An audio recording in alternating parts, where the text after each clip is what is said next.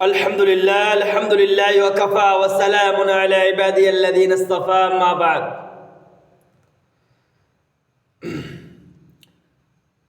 إن الحكم إلا لله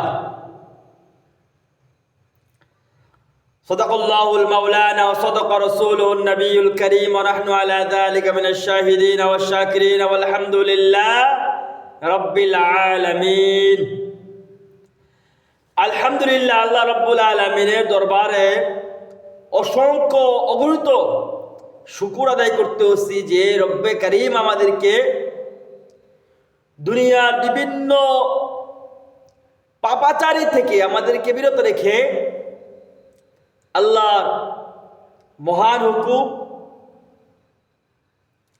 দ্বীনে ইলাহিকে দুনিয়ার মধ্যে বাস্তবায়ন করার জন্য, আল্লাহর দ্বীনকে দুনিয়ার মধ্যে বাস্তবায়ন করার জন্য আমরা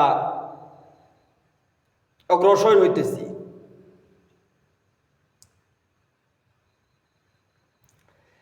আজকে আমি আপনাদের সামনে একটি গুরুত্বপূর্ণ বিষয় সম্পর্কে আলোচনা করতে যাইতেছি। যে গুরুত্বপূর্ণ বিষয়টা প্রতিটা মুসলমানের জানা থাকা দরকার।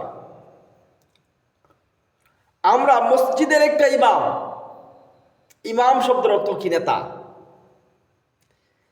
মসজিদের ইমাম বলতে কি? সে মসজিদের মধ্যে নামাজ পড়বে, মসজিদের যে আন্ডার আছে সে আন্ডারের মধ্যে যারা আছে তাদেরকে দ্বীনের কথা বলবে, হক কথা বলবে, কোরআনের কথা বলবে, হাদিসের কথা বলবে, ঠিক নাকি? তাকে আমরা নির্বাচন করতে গিয়ে আমরা অনেক কিছু জাস্টিফাই করি, অনেক দেখাশোনা করি, অনেক তার চলাফেরাটা কেমন, তার হাঁটা চলাচল কেমন, চেহারা কেমন, তার জ্ঞান কিরকম, সে কি পরিমাণ পড়ালেখা করছে, সে মতি করতে পারবে কিনা, এদিকে আমরা লক্ষ্য রাখি। কিন্তু আমাদের সমাজকে ঠিক করার জন্য একটা ইমাম রাখার জন্য যদি এত জাস্টিফাই করতে হয়, আর যে ইমাম আমাদের দেশটা ঠিক করবে, যে ইমাম আমাদের ইউনিয়নটা ঠিক করবে, যে ইমাম আমাদের পুরা দেশটাকে নিয়ন্ত্রণ করবে, ওই ইমামকে নিযুক্ত করার জন্য কিন্তু আমরা ততটা জাস্টিফাই করি না। ইমাম কি ভালো কিনা, ইমাম কিনা, ইমাম প্রকৃতপক্ষে মুসলমান হয়েছে কিনা, ইমাম ইসলাম জানে কিনা, প্রকৃতপক্ষে ইমাম কি আমাদেরকে চালাইতে পারবে কিনা, সেদিকে আমরা লক্ষ্য রাখি না। এই জন্যই আমাদের কপালের মধ্যে দুর্গতি।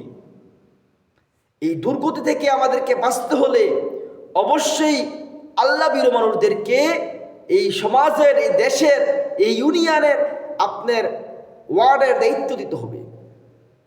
যদি তাদেরকে দিতে পারি তাহলে আমরা যেরকম শান্তিতে বসবাস করতে পারবো, আমাদের দেশটা সুন্দর হবে, দেশটার মধ্যে যারা বসবাস করবে তারা শান্তিতে বসবাস করতে পারবে।